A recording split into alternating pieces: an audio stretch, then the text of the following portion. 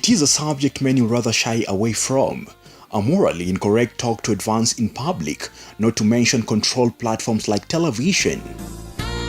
Those whose conversation is less with its innuendos are classified at a particular level with the priest of correctness in the society. I'm talking about sex, and towards this end, sex addiction. Driven by the urge of tackling all the mental health issues that affect people, we've been toying around on how this particular subject can be conversed.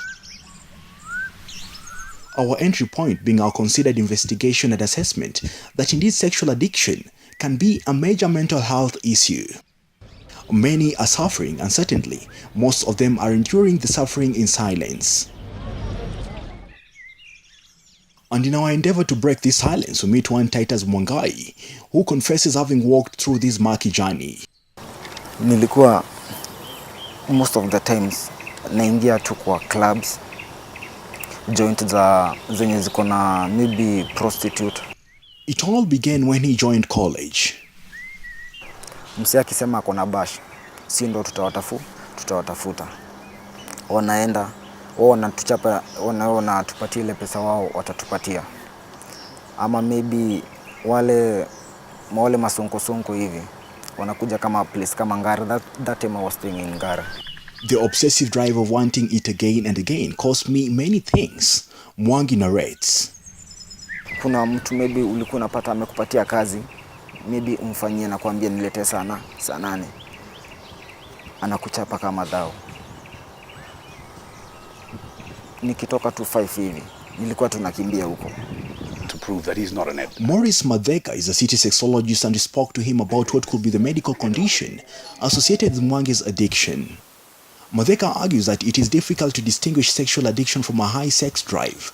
A strong libido does not make you a sex addict. Even a person with multiple sex partners is not necessarily a sex addict. You can hear me? If I have sex 5 times a week versus you who have sex once a week, does that make me an addict? Not really.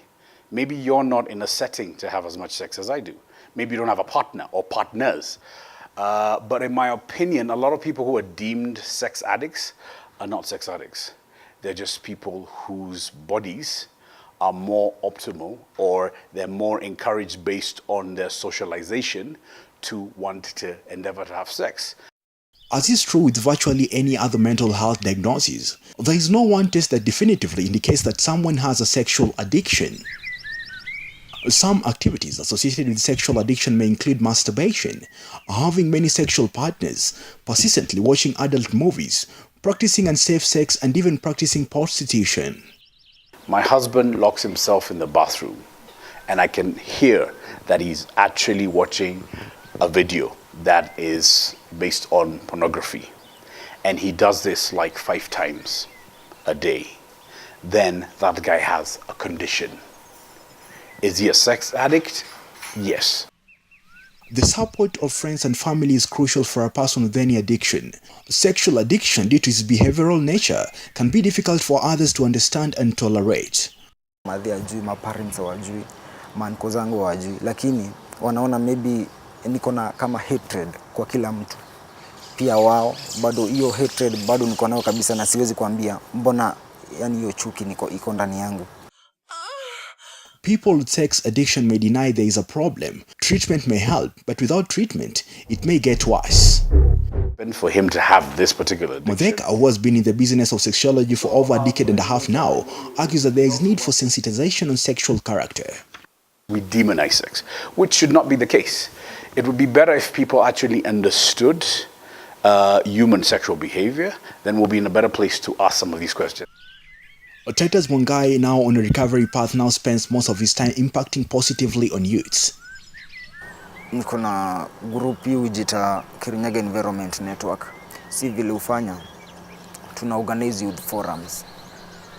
Hapo sasa ndio tunaongea about drugs.